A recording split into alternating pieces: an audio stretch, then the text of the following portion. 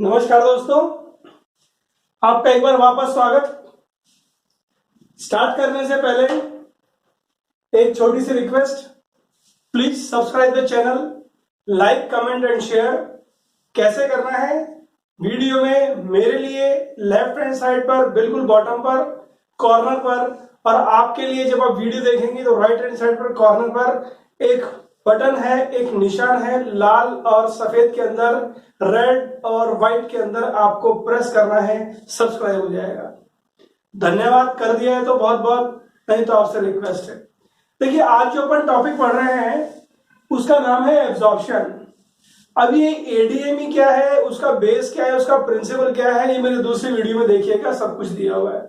और अब बार बार आपको एक ही चीज कह रहा हूं कि वीडियो पूरा देखना, क्योंकि एक वीडियो की चीज दूसरी वीडियो में लिंक होती है, तो हो सकता है एक वीडियो में छोड़ी गई चीज दूसरे वीडियो के अंदर आपको प्रॉब्लम कर सकती है, इसलिए प्लीज पूरा वीडियो देखिए। भाई, एब्जॉर्प्शन में पिछले वीडियो में बस शॉर्ट में बता रहा हूं कि एब्जॉर्प्शन का मतलब ये होता है कि कैसे ड्रग शरीर में पहुंची। शरीर में पहुंचने का मतलब मैं बात कर रहा हूं कैसे ड्रग कहां पहुंची, ब्लड में पहुंची।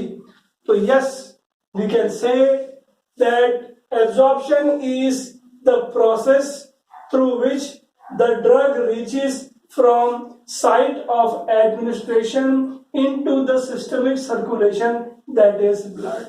तो मैं कह सकता हूं कि absorption is the process of movement of drug molecule from site of administration into the systemic circulation, that is blood। ये हो गया। तो इसको समझाने का प्रयास किया गया है इस डायग्राम के थ्रू। ये जो ब्लैक में दिख रहा है, it is representing human body, और ये जो अंदर वाला रेड पार्ट है ये ब्लड है। तो देखिए आप, ये जो ड्रग है ये ड्रग पहुंच रही है ब्लड के अंदर।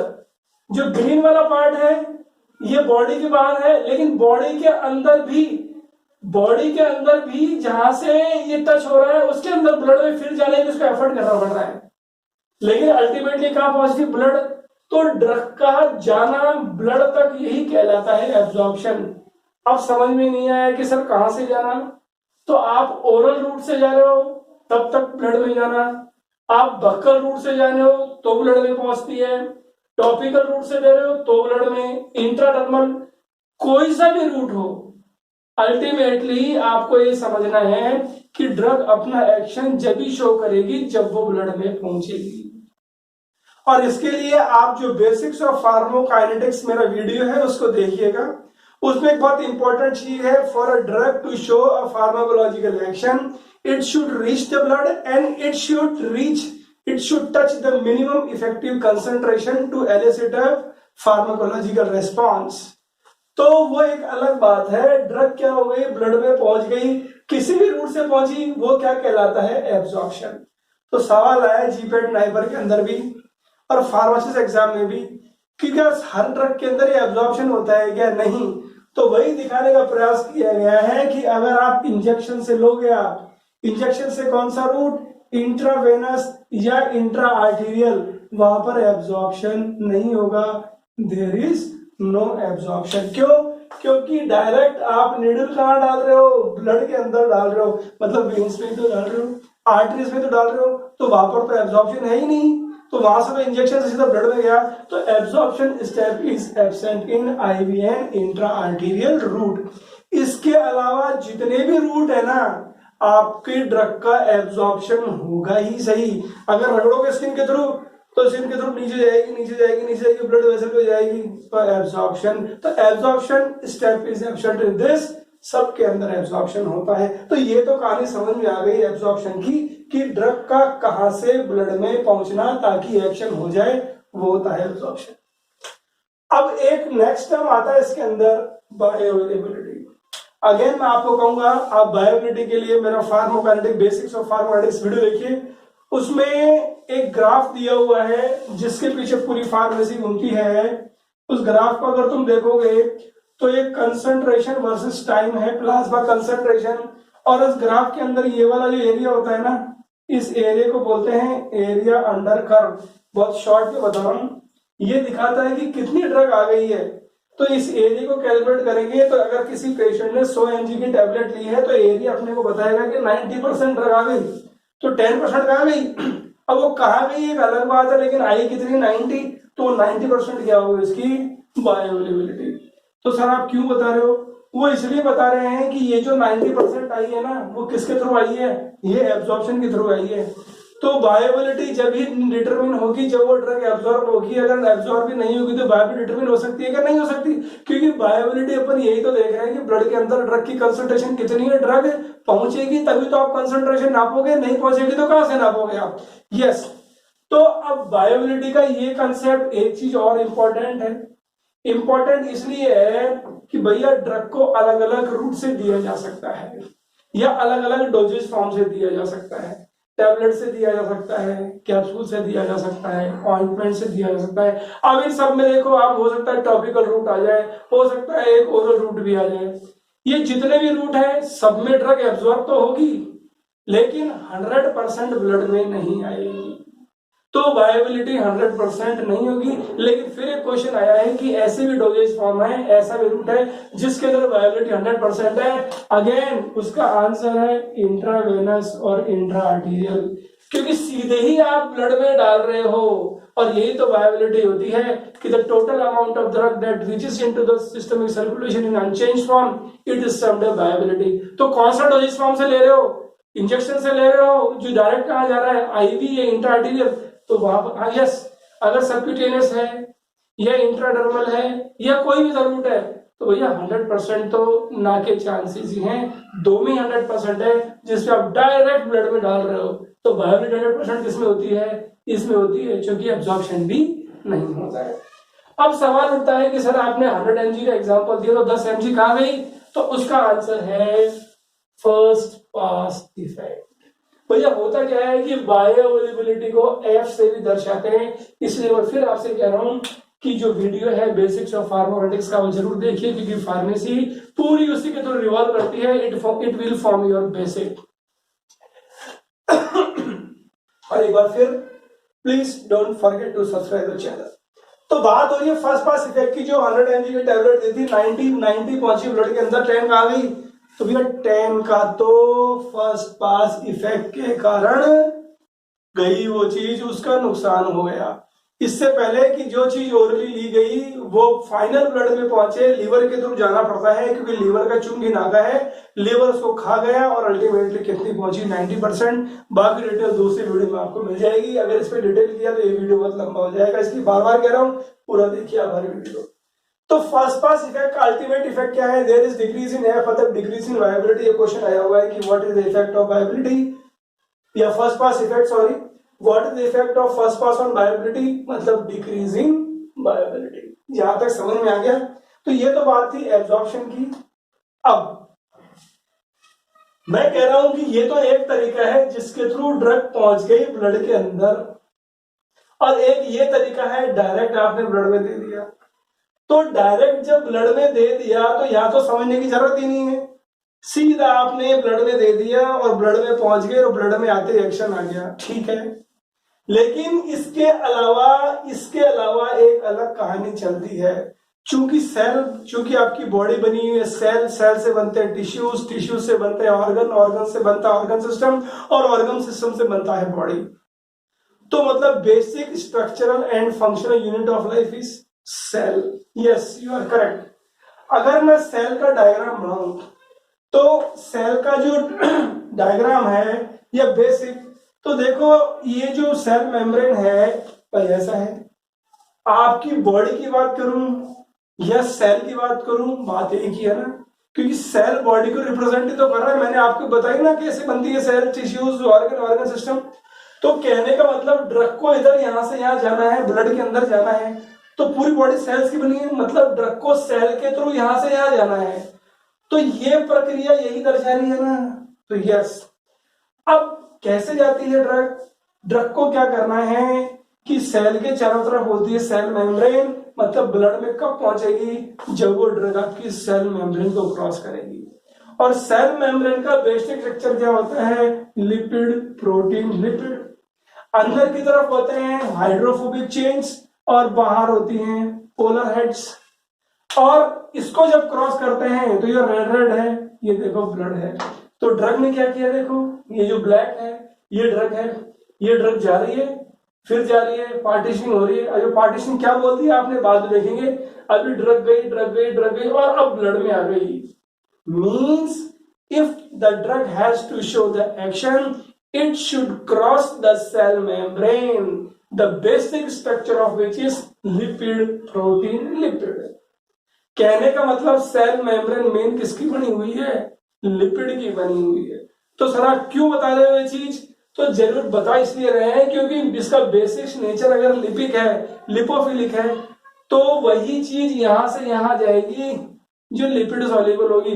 भाई ये तो तेल है यार, लिपिड का मतलब तेल की प्रवृत्ति, तो तेल में अगर कोई चीज सॉल्युबल होगी तभी यहां से यहां जाएगी, नहीं तो नहीं जाएगी। तो मतलब वाटर जो अगर कोई वाटर हाइड्रोफिलिक है या वाटर सॉल्युबल जाएगी क्या, जाएगी तो सही, उसके लिए अलग है प्रोसेस, लेकिन उसके चांसेस कम है। कैसे, क्यों, कैसे, क्यों होता है वो बात की बात है। मतलब ड्रग को जाना है तो एक तरीका है, ऐसे ही जाना है। तो अभी अपन ने देखा कि वाटर सॉल्युबल ड्रग्स नहीं जाएगी, बिल्कुल जाएगी। सेल मेम्ब्रेन को अगर थोड़ा और डीप में देखें तो क्या होता है कि बीच के अंदर देखो ये पोर्स होते हैं। पोर्स का मतलब होता है छेद, और जिनके अंदर भरा हुआ होता है पानी, इसलिए इनको बोलते हैं एक्वस फिल्ड पोर्स। तो मींस जो ड्रग जो वाटर सॉल्युबल होती हैं, जिनका साइज छोटा होता है, वो भी एब्जॉर्ब होती है इसी तरीके से। वो यहां से कहां चली गई, इसको क्रॉस पार्टीशन करने की जरूरत नहीं है, वो तो इन छेदों में होकर चली गई। तो कहने का मतलब या तो ड्रग ऐसे जाएगी, या ड्रग ऐसे जाएगी, और या तो डायरेक्ट दे दिया आपने, और एक तरीका और है कैरियर वाला, वो भी अपन देखेंगे। तो ऐसा है, ये बेसिक चीज मैंने बता दी कि ड्रग कैसे जा रही है। This is one part. Absorption क्या है, वायबिलिटी क्या है, फर्स्ट पास क्या है, और ड्रग को इधर से उधर कैसे जाना है, सेल मेम्ब्रेन का स्ट्रक्चर क्या है। अब डायरेक्ट क्वेश्चन आता है कि पूरा बड़ा क्वेश्चन आता है कि what are different mechanisms of drug absorption, या what are different processes of drug absorption. आपसे पूछा गया है कि ड्रग बॉडी के अंदर कैसे जा रही है। बॉडी के अंदर जाने का मतलब अपने को समझ में आना चाहिए कि अपन किसकी बात कर रहे हैं। कि यहां पर पूछा जा रहा है कि ड्रग ब्लड के अंदर कैसे पहुंच रही है, और ब्लड को एक और चीज नाम से जानते हैं, सिस्टमिक सर्कुलेशन। तो इसका आंसर ये है, मैं फिर कह रहा हूं, question is how drug is absorbed, what are the different mechanism of drug absorption या प्रोसेस ऑफ ड्रग एब्जॉर्प्शन। तो आंसर ये है, पहले तो आप एब्जॉर्प्शन की डेफिनेशन देंगे और उसमें देखेंगे कि the different mechanisms of drug absorption are pore transport. Pore का मतलब क्या होता है, छेद। तो ये छेद हो रहे हैं ना, इनके थ्रू जाना, पोर ट्रांसपोर्ट। अभी डिटेल में देखेंगे। दूसरा होता है डिफ्यूजन, या इसको एक और नाम से जानते हैं, पैसिव डिफ्यूजन। तीसरा होता है कैरियर मीडिएटेड ट्रांसपोर्ट। भैया कैरियर, एक तो चीज होती है करियर और एक होता है कैरियर। साइकिल के पीछे जो होता है ना वो कैरियर ही होता है, मोटरसाइकिल के पीछे होता है जो कैरियर होता है। तो कैरियर का मतलब होता है ले जाने वाला। तो कैरियर मीडिएटेड ट्रांसपोर्ट मतलब ये वो एक ट्रांसपोर्ट है, मतलब ड्रग वहां से कहीं साइट ऑफ एडमिनिस्ट्रेशन से ब्लड में जाएगी, लेकिन किसकी मदद से जाएगी, कैरियर की मदद से जाएगी। अब ये फिर दो तरीके का होता है, एक होता है एक्टिव ट्रांसपोर्ट और एक होता है फैसिलिटेटेड डिफ्यूजन। फिर जो नेक्स्ट कैटेगरी है वो आती है इसके अंदर आयन पेयर ट्रांसपोर्ट, और लास्ट कैटेगरी आती है ionic diffusion. So these are the different mechanisms of drug absorption. अब क्या है, अपन देखेंगे वन बाय वन कि कौन कौन से मैकेनिज्म होते हैं ड्रग एब्जॉर्प्शन के लिए। कहने का मतलब ड्रग साइट ऑफ एडमिनिस्ट्रेशन से ब्लड के अंदर कैसे पहुंचेगी। तो पहला कौन सा है, पोर ट्रांसपोर्ट। तो पोर ट्रांसपोर्ट का मतलब आपको नाम से पता लग रहा है कि it is the movement of drug molecules from site of administration into the blood in which the drug passes across the cell membrane through the aqueous filled pores. ये देखो, लेकिन चूंकि ये छेद बहुत छोटे हैं, इसका मतलब ड्रग की साइज भी बहुत छोटी होनी चाहिए। इसका मतलब ये नहीं है कि बड़ी साइज की ड्रग पास नहीं होगी, बिल्कुल। अगर जो ड्रग है वो अगर लीनियर होगी, चाहे उसकी मॉलिक्यूलर वेट ज्यादा हो, अगर उसके अलाइनमेंट सही हुआ तो करके निकल जाएगी। तो yes, the characteristics are pore transport. Pore transport means it is similar to filtration, filtration through pores, जो मैंने आपको बताया। In this pore transport, low molecular weight drugs having a size of less than 100 Daltons is crossed या absorbed। और वो कौन सी drug होती हैं? Water soluble drugs. एग्जाम्पल है यूरिया, वाटर और शुगर। अब ड्राइविंग फोर्स क्या है, किसकी वजह से होती है? The driving force of pore transport is osmotic difference across the cell membrane. इधर से उधर जो डिफरेंस है ना ऑस्मोटिक प्रेशर का, या ऑस्मोटिक डिफरेंस, उसकी वजह से यहां से यहां पर ड्रग चली जाएगी। अब इस प्रोसेस का एक और नाम है, इस प्रोसेस को एक और नाम से जानते हैं, कन्वेक्टिव फ्लो। या तो कन्वेक्टिव फ्लो बोलेंगे, या पोर ट्रांसपोर्ट बोलेंगे, या फिल्ट्रेशन बोलेंगे। बात तीनों एक ही, छलनी भी एक तो होता है, छेदों के थ्रू तो जब जाती है तो चीज इधर से उधर पार हो जाती है। अब इसका सिग्निफिकेंस है कि कहां देखा जाता है, तो pore transport is absorbed in renal excretion of drug and removal of drug from cerebrospinal fluid. मतलब सीएसएफ रिमूवल जो होता है ड्रग्स का, उसमें मेन सिग्निफिकेंस होता है पोर ट्रांसपोर्ट का। तो बहुत छोटा प्रोसेस है, ये इंपॉर्टेंट है, लेकिन और भी अलग प्रोसेस हैं। तो सर क्या ड्रग सब प्रोसेस से ऑब्जर्व होती है? बिल्कुल, हर प्रोसेस का अपना अलग सिग्निफिकेंस है। किसका कितना सिग्निफिकेंस है अभी अपन देखेंगे, लेकिन अपन ने पहला कर लिया कौन सा? पोर ट्रांसपोर्ट। दूसरा आता है डिफ्यूजन या फिर पैसिव डिफ्यूजन। तो देखिए डिफ्यूजन या पैसिव डिफ्यूजन, अब इसमें पैसिव डिफ्यूजन कई बार क्या है, इस पर पूरा क्वेश्चन भी आया है और कॉम्पिटिटिव एग्जाम में क्वेश्चंस भी आए हैं, और सबसे ज्यादा इंटरेस्टिंग भी है क्योंकि सबसे ज्यादा एक्सेप्टेड ही है। वो क्यों? तो अगर डिफ्यूजन पे क्वेश्चन आता है तो पहला पॉइंट तो आपको याद है ना कि it is a mechanism of drug absorption या प्रोसेस ऑफ ड्रग एब्जॉर्प्शन। दूसरी चीज आपको याद रखनी है कि it is the major process of absorption of drug and more than 90 या around 90% of drug are absorbed by process of passive diffusion only। यही मेन प्रोसेस है जिसके थ्रू ज्यादातर ड्रग्स पहुंचती है आपके ब्लड के अंदर। तो देखते हैं पहले दो पॉइंट कि it is the main process of absorption and more than 90% या 90% of drugs are absorbed by passive diffusion. यहां तक। अब जैसे अपन देखा ड्राइविंग फोर्स पोर ट्रांसपोर्ट के अंदर ऑस्मोटिक डिफरेंस है, यहां पर ऐसा क्या होता है?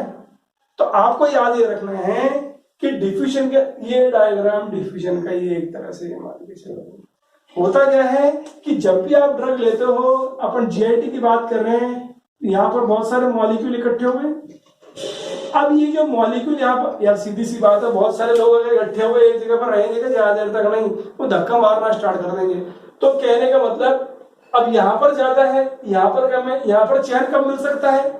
चैन जब भी मिल सकता है जब कुछ लोग यहां से वहां चले जाएं, क्योंकि यहां पर यहां है तो हलचल ज्यादा है। तो कहने का मतलब kinetic energy is possessed by these drug molecules, और जब यहां से यहां चलेगी तो थोड़ा सा लगेगा। तो yes, we can say that जो ड्रग यहां से है वो यहां चली गई, मतलब एब्जॉर्ब हो गई। तो यहां और यहां का डिफरेंस कहलाता है कंसंट्रेशन ग्रेडियंट। जो डिफरेंस है, तो driving force is concentration gradient across the cell membrane. तो सर इसका मतलब तो ये हुआ कि जब यहाँ पर 100 मॉलिक्यूल्स थे और यहाँ पर 0 थे, तो एक स्टेप ऐसा आएगा जब यहाँ 50-50 हो गए तो कंसंट्रेशन ग्रेडियंट तो रहेगा ही नहीं। ऐसा नहीं होता, क्योंकि एक कंडीशन होती है, उसको बोलते हैं सिम कंडीशन। वो क्या है अभी छोड़िए, आप डिस्कस करेंगे। तो अपनी बात चल रही थी, ये हो गया, ये हो गया। Driving force is concentration gradient in which kinetic energy of molecule is responsible. जो धकेलती कि तू जा यार यहां से, तू जा, इसलिए ड्रग क्या हो गई? एब्जॉर्ब हो गई। अब चूंकि आराम से काइनेटिक एनर्जी मिल गई, आराम से ड्रग जा रही है सेल के थ्रू, तो एनर्जी की जरूरत है क्या? नहीं यार, भीड़ में खड़े हो जाना। अपने देखा है मेट्रो के अंदर खड़े होते हैं, आराम से भीड़ आती है, आदमी अंदर चला जाता है, गेट के पास खड़ा होता है, तो धक्का लगता है, तो बिल्कुल वैसा ही है। तो कहने का मतलब no energy is required, no energy is required in passive diffusion. और एक और इंपॉर्टेंट चीज इसके अंदर, the drug passes through the cell membrane. कैसे? It crosses the LPL, lipid protein lipid, and ultimately reaches into the blood. जो drug है lipid protein lipid को क्रॉस हो रही है और कहां पहुंच गई?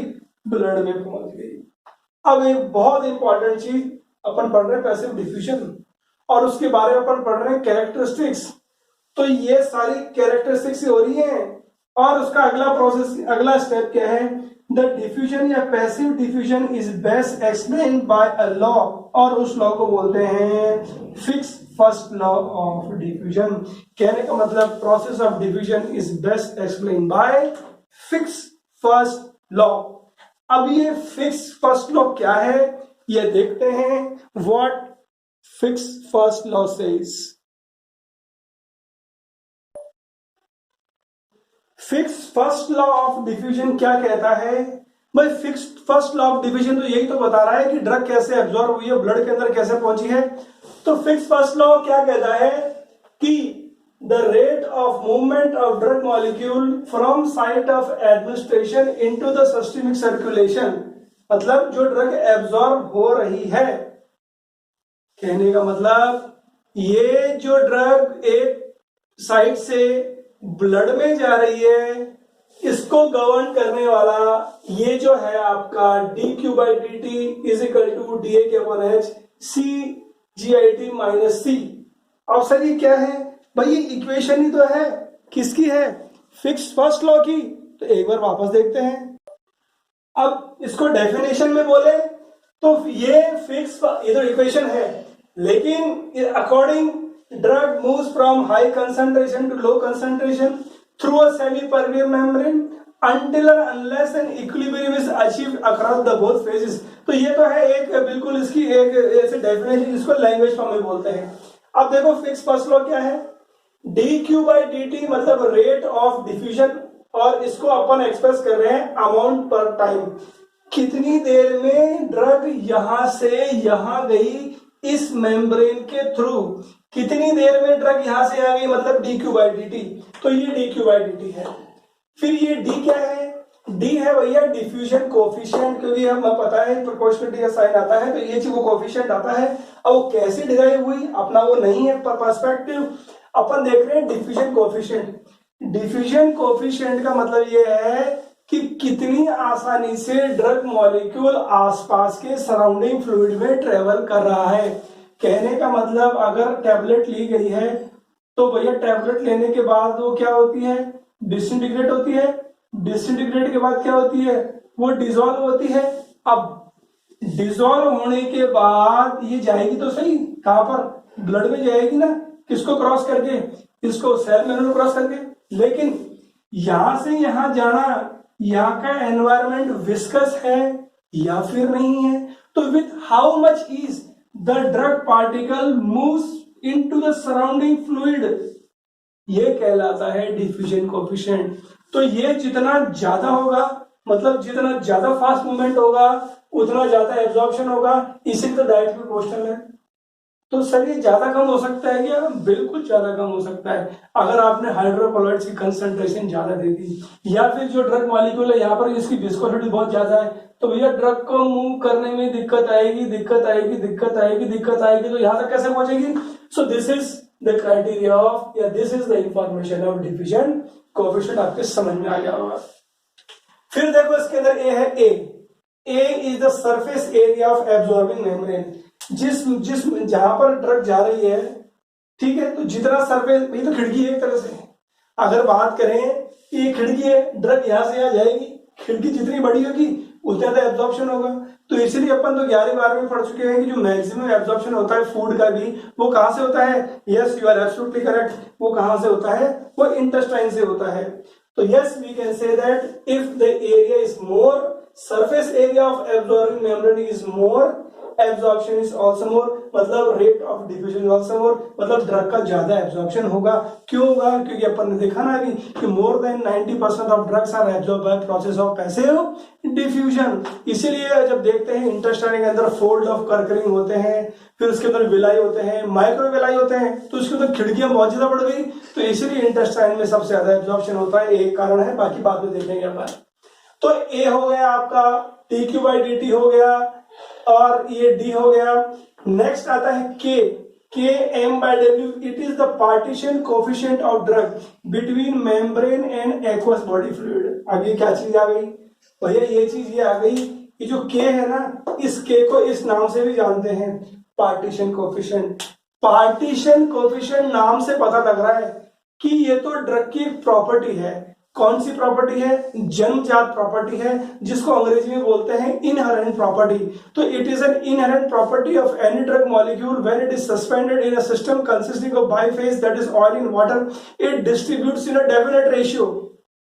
तो भैया ऐसा है, अगर मैं तेल और पानी बराबर मात्रा में लूंगा और ड्रग को उसके अंदर डालूंगा ना, तो ये ड्रग पे डिपेंड करता है कि लिपोफिलिक है या हाइड्रोफिलिक है। देखो डिटेल में दूसरे वीडियोस आपको देखने पड़ेंगे, अभी इतना ही ध्यान रखना है कि अगर देखो m/w मतलब मेम्ब्रेन किसकी बनी है? लिपिड की, वो w मतलब वाटर। तो क्या है कि जब भी ड्रग को मैं ऑयल और वाटर फेज में कंपेयर करूंगा तो ज्यादा होगा, तो m ज्यादा है मतलब लिपिड में ज्यादा सॉल्युबल है, मतलब मेम्ब्रेन के प्रति ज्यादा आकर्षण है। तो जिस ड्रग के अंदर के की वैल्यू ज्यादा होगी मतलब पार्टीशन कोएफिशिएंट ज्यादा होगा, और जिसके अंदर पार्टीशन कोएफिशिएंट ज्यादा है मतलब लिपोफिलिसिटी ज्यादा है।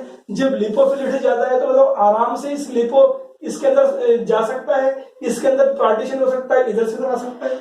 अभी बताया था थोड़ी देर पहले कि जिस ड्रग, क्योंकि सेल मेम्ब्रेन है ही LPL, तो ड्रग को इधर से उधर जाना है तो लिपिड के अंदर होके ही तो जाएगी यार।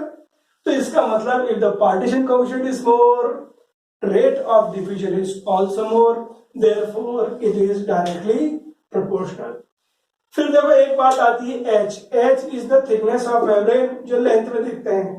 अब थिकनेस ऑफ मेम्ब्रेन, तो भैया मैं स्किन का एग्जांपल देख लो, जितनी ज्यादा थिकनेस होगी वहां पर उतना कम एब्जॉर्प्शन होगा। इसलिए क्या है, कहीं जो ट्रांसडर्मल पैच है ना, उनको यहाँ पर लगाया जाता है पीना के नीचे। अब ट्रांसडर्मल पैच क्या है, एग्जांपल देने के लिए समझा है, लेकिन उसके लिए आपको लाइक वीडियो देखना पड़ेगा। तो यहाँ की स्किन बहुत कम है, तो जो भी ड्रग लेते हैं यहाँ की स्किन की जब थिकनेस ही बहुत कम है, तो ड्रग को ब्लड में आने में बहुत कम जोर आएगा। इसका एडवर्स, आप अपनी टमी पर ड्रग को रखो, वहां तो एडिपोज टिश्यूज है, ब्लड में जाने में बहुत देर लग जाएगी। तो किसी को देखा है क्या पेट के ऊपर वो रगड़ रहा है ऑइंटमेंट या जिसमें से दवा अंदर जा रही है?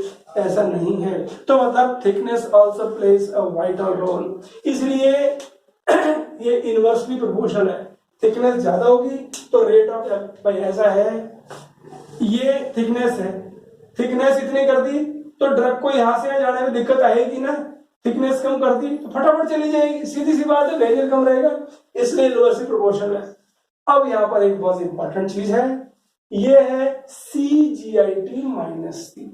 CGIT का मतलब है concentration of drug in GIT and concentration of drug in blood. कहने का मतलब अगर मैं कंपेयर करूं दो कंडीशंस, इधर तो ब्लड है और यहाँ पर GIT है, तो इन दोनों के बीच में जो ड्रग का डिफरेंस होगा ना कंसंट्रेशन के अंदर, वही कहलाता है कंसंट्रेशन ग्रेडियंट। और चूंकि मैं पढ़ चुका हूं कि जो डिफ्यूजन प्रोसेस होता है उसके अंदर the driving force is concentration gradient, more the concentration gradient faster will be the rate of diffusion या फास्टर विल बी डिफ्यूजन। तो ये डिफरेंस जितना ज्यादा रहेगा ना उतना ज्यादा आपका रेट ऑफ डिफ्यूजन होगा, मतलब डिफ्यूजन उतना ज्यादा होगा। तो इसका मतलब तो ये होगा, अगर बहुत ज्यादा ड्रग दे देंगे तो कंसंट्रेशन बहुत ज्यादा हो जाएगी और बहुत ज्यादा एब्जॉर्प्शन होगा। Yes, you are absolutely correct. इसलिए जितनी ज्यादा डोज दोगे उतनी ज्यादा ब्लड में जाएगी और उतना आपको एक्शन मिलेगा इसी, और ये होता भी है। यस, तो ये बात हुई आपकी थिकनेस की और ये बात हुई आपकी कंसंट्रेशन ग्रेडियंट की। अब सर आपने तो अभी बताया कि डिफ्यूजन इज अ प्रोसेस जिसके अंदर ड्रग हाई से लो जाती है मेम्ब्रेन के थ्रू। कब तक? जब तक दोनों तरफ 50-50 आपके पार्टिकल बराबर नहीं हो जाए। तो कहने का मतलब जैसे ही इधर 50 और इधर 50% मॉलिक्यूल बराबर हुए, जो आपका डिफ्यूजन है ना ये क्या होना चाहिए, रुक जाना चाहिए ना, लेकिन ये रुकता नहीं है। वो इसलिए नहीं रुकता क्योंकि ये C हमेशा 0 ही रहता है।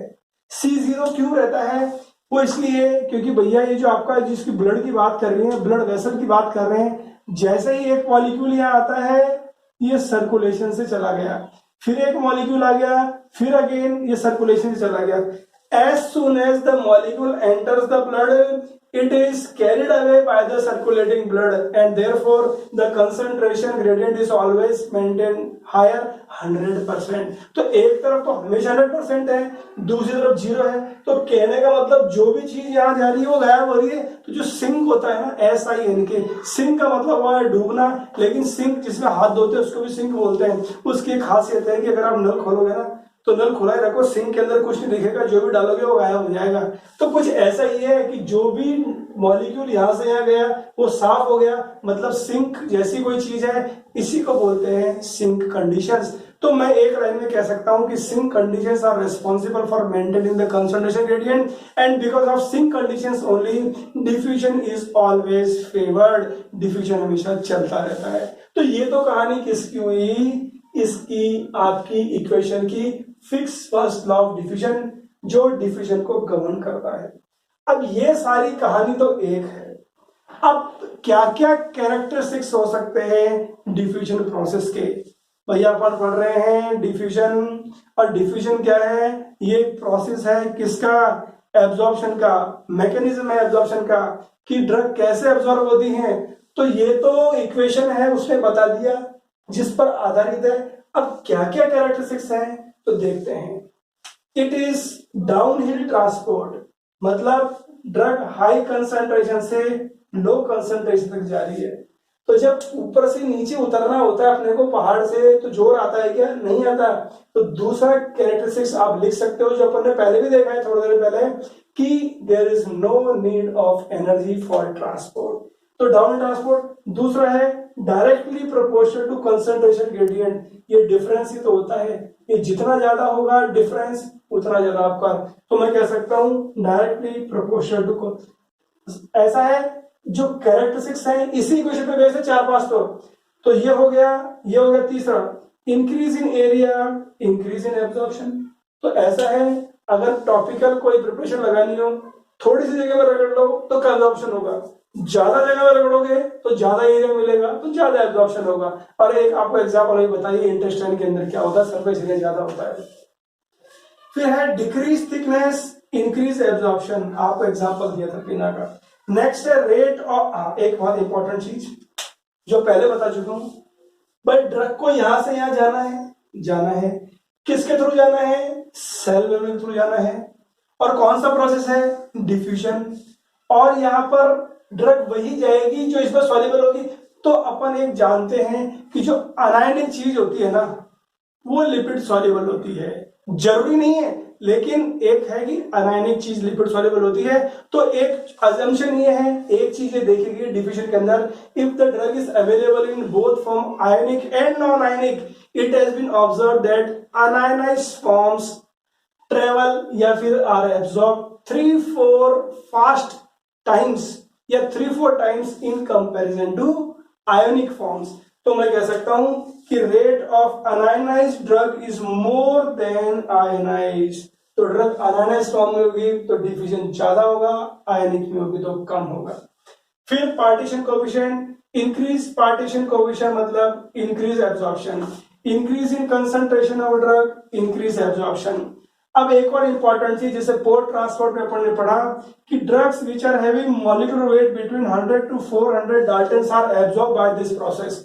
तो बहुत ज्यादा अगर मॉलिक्यूलर वेट है उनके लिए नहीं, ये उन ड्रग्स के लिए है जिनका मॉलिक्यूलर वेट इससे, लेकिन अपवाद सब जगह होते हैं, इसमें भी हैं। अब इसके लिए sink conditions are maintained. Sink condition maintain मैंने आपको बताया, तो सी हमेशा 0 हो जाएगा। जब सी हमेशा 0 हो जाएगा तो क्या हो जाएगा, आपकी इतनी सी इक्वेशन रहेगी।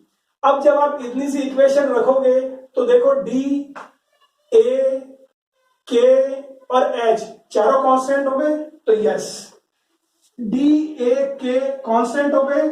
इस कांस्टेंट को डिनोट कर दिया जाता है पी। पी का मतलब होता है परमिएबिलिटी। परमिएबिलिटी एक अंग्रेजी का शब्द है, मतलब मुझे इधर से उधर जाने में कितना जोर आ रहा है या नहीं आ रहा है। तो अगर मैं कह रहा हूं ज्यादा परमिएबल है मतलब ज्यादा चली गई, तो यस इस इक्वेशन के अंदर इस जब ये जीरो हो गया इसको पी से कर देंगे तो इक्वेशन क्या बन जाएगी, D Q by D T is equal to P C G I T. अब ये जो इक्वेशन है D Q by D T P C G I T, ये इक्वेशन है फर्स्ट ऑर्डर की। फर्स्ट ऑर्डर का मतलब दिख रहा है ना आपको सी, ठीक है, सी जी आई टी। इसका मतलब the diffusion follows first order kinetics. तो ये 10वां पॉइंट हो गया, diffusion follows first order kinetics. It means increase in the concentration of the drug, more will be the rate of diffusion। तो कहने का मतलब अगर मैं ग्राफ प्लॉट करूंगा, कैसा ग्राफ, ऐसे ऐसे, तो अगर बात करूं कंसंट्रेशन और रेट ऑफ एब्जॉर्प्शन, तो rate of absorption versus concentration, तो जितनी कंसंट्रेशन बढ़ाओगे ना रेट ऑफ एब्जॉर्प्शन उतनी होगी। तो ये कहानी है पैसिव डिफ्यूजन की। तो यस, एक बार वापस समराइज कर रहा हूं अपनी क्लास को, अपन ने देखा, लेकिन उससे पहले please subscribe the channel, it is very interesting, coming videos will be also very interesting. ऐसा है अपन पढ़ रहे हैं एब्जॉर्प्शन के बारे में। एब्जॉर्प्शन के बारे में अपन देखा वायबिलिटी क्या होती है, फर्स्ट पास इफेक्ट क्या होता है, ड्रग का लॉस स्किन होता है। फिर अपन ने देखा कि जो सेल मेम्ब्रेन है उसका बेसिक स्ट्रक्चर क्या है। अपन ने देखा कहां पर एब्जॉर्प्शन होता है कहां नहीं होता, कहां बायोबिलिटी 100% है कहां नहीं है। फिर अपन ने देखा मैकेनिज्म ऑफ ड्रग एब्जॉर्प्शन, कौन कौन से मैकेनिज्म है। अपन ने उसके अंदर देखा पोर्ट ट्रांसपोर्ट को फिल्ट्रेशन भी बोलते हैं, और जो ड्रग वाटर सॉल्युबल होती है वो छेद के थ्रू पास होकर जाती है जो सेल मेम्ब्रेन में होते हैं। फिर अपन ने देखा पैसिव डिफ्यूजन जो उसमें अपन ने देखा कि more than 90% of drugs are absorb by this process. और उसके अंदर दो इंपॉर्टेंट चीज है, ड्रग जितनी ज्यादा लिपोफिलिक होगी और ड्रग जितनी अनायनिक होगी उसका रेट ऑफ एब्जॉर्प्शन ज्यादा होगा। इसको गवर्न करने वाला जो लॉ है वो है Fick's first law of diffusion, जिसको आपने देखा D Q by D T is equal to D A K upon S C G I T minus C. ये जो सी जी आई टी माइनस इसको बोलेंगे सिंक कंडीशन, जो हमेशा बॉडी के अंदर मेंटेन होती है। और इसी के बेस पर अपन ने क्या किया, कैरेक्टरिस्टिक्स देखे, वो कैरेक्टरिस्टिक्स आपके सामने हैं। और इस तरह से क्या है, कुछ कांस्टेंट है, कांस्टेंट को मैंने पी से रिप्लेस कर दिया, वो परमिएबिलिटी कहलाता है। और उसके बेस पे मैंने क्या कंक्लूड ड्रॉ किया कि diffusion follows first order kinetics. अब यहाँ पर एक बहुत इंपॉर्टेंट चीज है, इंपॉर्टेंट चीज ये है कि अगर कंसंट्रेशन ज्यादा है और किसी ड्रग की पॉइजनिंग हो गई तो उसको कम किया जा सकता है क्या, बिल्कुल कम किया जा सकता है। उसको बहुत सारा पानी पिला दो, डाइल्यूट करवा दो, डाइल्यूट करवाने से क्या होगा, कंसंट्रेशन कम हो जाएगा, तो जीआईटी के अंदर कंसंट्रेशन कम हो जाएगी। और अपन जानते हैं कि डिफ्यूजन कंसंट्रेशन ग्रेडियंट ही बेस्ड है, तो ड्रग का इधर से इधर जाना कम हो जाएगा, लेकिन इतना इफेक्टिव नहीं है, लेकिन फिर भी उसको यूज करते हैं। So this is the story of passive diffusion. Be in touch, don't forget to subscribe the channel, like, comment and share. Meet you soon, best of luck.